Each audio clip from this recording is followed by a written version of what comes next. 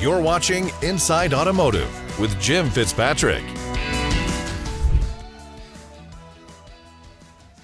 Hey everyone, Jim Fitzpatrick. Thank you so much for joining us this morning on CBT News. We've got a special guest with us back again on CBT News, Miss Lauren Fix, who's the founder of Car Coach Reports. You've seen her out there on the internet doing such great work for consumers and dealers alike. And we love having her on because she tells it like it is. She does her research, she brings it to us, and our viewers absolutely eat it up. So Lauren, let's talk about some of the hot topics out there today, such as GM laying off some of their are having some significant job cuts or laying off engineers among being some of the ones that are affected by this. What say you about some of these job cuts that we see coming from GM and other manufacturers? Right. Well, starting with GM, I have a friend who is an insider who is doing me a favor and doing us a favor, letting us know what's really going on. Over 1,000 workers were being laid off. Now, we've all heard that story. It was in automotive news. It was all over the place. Sure. However, where are these people coming from? Now, you would think, oh, it's combustion engines, but it's not. It's from the Ultium battery lineup. And these are engineers that design battery systems. So why would you let them go unless the sales aren't there, which we all know that, because if you own a dealership, you're obviously seeing vehicles sitting on a lot that you were forced to purchase. Sure. And consumers like them, but they're making other choices. They're looking at hybrids. And although General Motors is not considering hybrids, at least at this moment, they say they want to coexist with gas and with electric. When you're letting go 1,000 people and most of those workers are from that Ultium battery plant, that's going to make a statement right there that we need to keep an eye on. Maybe they'll switch to hybrids, which would be good for the dealers. But other brands are also letting people go. Yeah. Ford's letting people go. And you're seeing this huge layoff. We just heard over the weekend that a Volkswagen plant in Germany, which is their ID3 plant, which is, we don't get the ID3 here, we get the ID4. They're not going to run, they're going to shut the whole plant down. Wow. That's a problem. That means electric vehicles aren't selling in Germany, and they're laying off people in their own country. So in the case of Germany, it's actually hurting the country as well as the employees, because 60% of their employees have something to do with the auto industry. Yeah. And if they went all electric, you'd have a big chunk of your population unemployed. And we have that same situation here in the U.S. We want jobs to remain here. And now we've got the CEO of Stellantis coming to the U.S. saying, we're not going to sell off any brands. We're going to start laying off people. But we all know what that really means. They got hurt really badly by the UAW, and they're going to start moving plants to Mexico. And although the UAW may threaten that we're going to come after you, we're going to lay off, we're going to go on strike, that they have no recourse on that because they already have an agreement. So by the time that happens, they'll have already moved a plant and we have already lost jobs, and they'll send them to Mexico. Again, we have to be really careful what we wish for. We want our people to get paid fairly, but there's a point where it's hurting a brand. They can't produce product. We already know that's the case based on sales, which were off for the month of August. We're not going to see this turnaround unless things change when it comes to government policy. Yeah. What about, speaking of government policy, what about if those jobs do move to Mexico and then a new administration comes in, or even, well, I guess it would be a new administration either way with Biden not running again, but and they throw these huge tariffs on any kind of imports coming into the U.S. Would Mexico be affected by that and the cars being built there?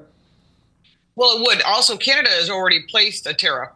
100% tariff. Justin Trudeau, who's their prime minister of Canada, has already placed that tariff on. Now, a lot of the Canadian auto workers realize this is a problem because they get a lot of their components and parts from China. Yeah. And unless you're going to start producing them in North America, which we're not at this point, that would be a massive shift in production, which would be great for jobs across North America.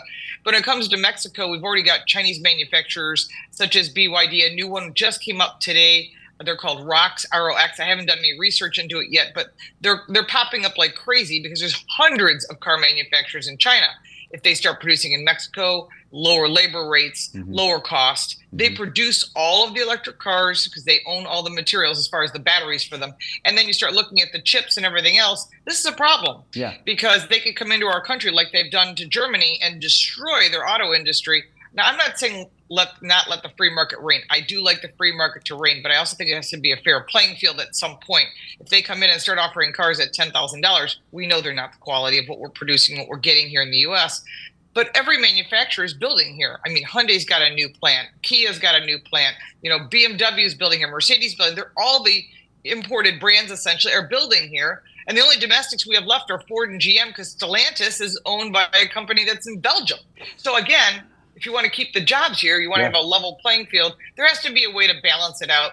But coming in and lowballing the price and bringing in poor quality cars, consumer doesn't know the difference. No matter what you and I say, no matter what all the journalists out there say, the consumer is going to say, wow, $10,000, I could buy 2 of these. Yep. That's not the way to play.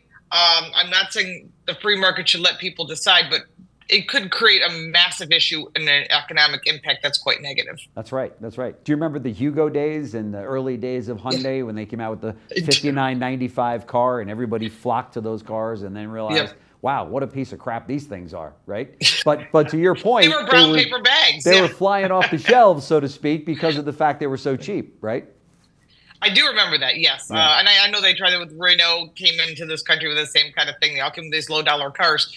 But, I mean, we've got even Vietnamese are building VinFast in Raleigh-Durham. Yeah. But they're investing here in the U.S. They're giving us jobs. Sure. So that's a good thing. So if President Trump is elected, that's we're going to see a fairer playing field. If Kamala Harris gets elected, she's going to continue with the Biden plan of electric vehicles. No matter how she flip-flops, she's definitely going to flip back around to all EVs. And consumers don't want it. The consumer has made a statement. They want hybrids, whether they be plug-in hybrids or regular hybrids. You're seeing that because the price of those are very strong right now, which initially when they came out, they weren't. So it's interesting to watch the turnaround of people showing an interest in that, which is a great way to lease, which is good for the dealers as well. Because after they're 10 years old, who knows what kind of expenses you're going to have. That's a good point. Yeah, we don't have a lot of history on that, right? So. So do you think that these cutbacks that we started the segment with, do you think we're going to see those through this last quarter of the year as we get, because there's always cutbacks in December, right? Yeah. And if these, it sounds to me like these are starting early. This might be kind of the canary in the coal mine, if you will, to say, there might be a whole slew of cutbacks coming in the final quarter. Yeah, I think this is sadly a canary in the coal mine. We're seeing cutbacks all across the board. And as part of the media, we get sometimes to sit next to some of these executives at a higher level, and you can hear it in their voices. They're already saying, like, we're going to have to pay a lot of fines to the federal government. And when you do that, how are you going to pay for that? You can only raise the price of the vehicle so much. Consumers will push back. That impacts sales. It impacts the dealers. It impacts consumers. So they have to then go, well, then we have to cut back elsewhere. And that's why Volkswagen is going to shut down their battery plant, because they're not selling as many EVs as they thought they were. But again, in the case of Volkswagen, that stands alone as they did this to themselves. But for other brands such as Toyota, they're saying, we're going to go with the hybrid lineup, and you're seeing them going full hybrids across the lineup. Honda had partnered with General Motors for the Blazer EV. So they have one vehicle. They claim they're having more, but you can say whatever you want in public. But we know that every single brand has pulled back, including Volvo and Jaguar, since we spoke last, who have now said, yeah, we're going to offer hybrids. We're going to do the electrification, which is a translation of hybrids, because you can't go all EV, because even Volvo realizes that. I've driven the EX90, which is coming out, fantastic car, but they're still going to offer the XC90, which is their full-size SUV, and a hybrid is, they put it, as long as consumers demand it. Well, I think they've demanded it. And now Ford's come out with these commercials that I just saw, where it's basically choose the way you want your vehicle to be, motorized, so to speak, whether it be a hybrid or a combustion engine or a complete EV. It's kind of pick your form of engine, so to speak, right? Right. Or propulsion, either one, yes. But I think that's what consumers want. I mean, sometimes I've talked to a lot of people who had EVs who have gotten there, were done. As a matter of fact, a friend of mine traded in a Rivian for a Subaru and a pickup truck, and I'm like, wow, the Subaru dealer, I was more impressed that the Subaru dealer took a Rivian in on trade, because, again, it's not a regular dealer group, so you have to go back to Rivian if you've got service problems, and that was exactly the reason. So when you look at consumers saying this doesn't work for my lifestyle, or you live in the upper half of the country and you experience very cold temperatures, or you're living in Arizona, it can be very hot in the desert, you lose battery range, and consumers are like, this doesn't work. Right. So that's why, although in the past many people laughed, many journalists laughed at the Prius, well, guess what? The Prius is still king. And it's won World Car of the Year awards. It's won all kinds of awards. The new Prius is fabulous. And you're looking at 55 miles to the gallon. But I keep saying, look to Europe, because they do offer a diesel hybrid, and it gets 70 miles to the gallon. And if they make it a turbo diesel, which they're talking about doing, they're talking about as much as almost 80 miles to the gallon. I've been talking to some internals. I'm thinking, if you bring that to the U.S.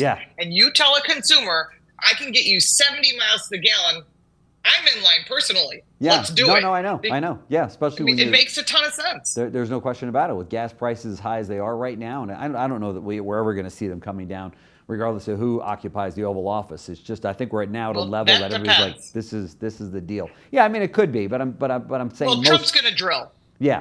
We know that. Yeah, no question. He's a drill baby drill. He wants fracking. He wants to produce oil here, not get it from other places. He wants to keep it here, not ship it elsewhere. Right. So you will see prices drop to where he had it at like under $2 a gallon in some areas of the country, across, somewhere around $2 a gallon otherwise. Yeah. But if Harris gets in, I can guarantee you, I'll put money on the table for this. Gas prices are going to go crazy high, and she's going to push that EV mandate. And everyone who thought I'm going to keep my car won't be able to. In England, they have an answer to that. They fine you every single year for owning a gasoline vehicle, even if it's an older car and you own it. And if you own a hybrid, they still fine you if it's gas or diesel. The only way you can get away with it is buying an electric vehicle, and they have an electricity shortage. And that's exactly what's going to happen here on a much larger scale. Yeah, that's a scary thought. That's a very scary thought. One that we're gonna leave our viewers with to ponder over, because we've run out of time. But I've got so many more questions here to talk to you about. So love to have you back. Appreciate all the time you've given us here at CBT News. Lauren Fix, founder of Car Coach Reports. Check them out online. They are awesome. And Lauren, you are awesome. So thank you so much for joining us. Thank you. Thanks. Thanks for watching Inside Automotive with Jim Fitzpatrick.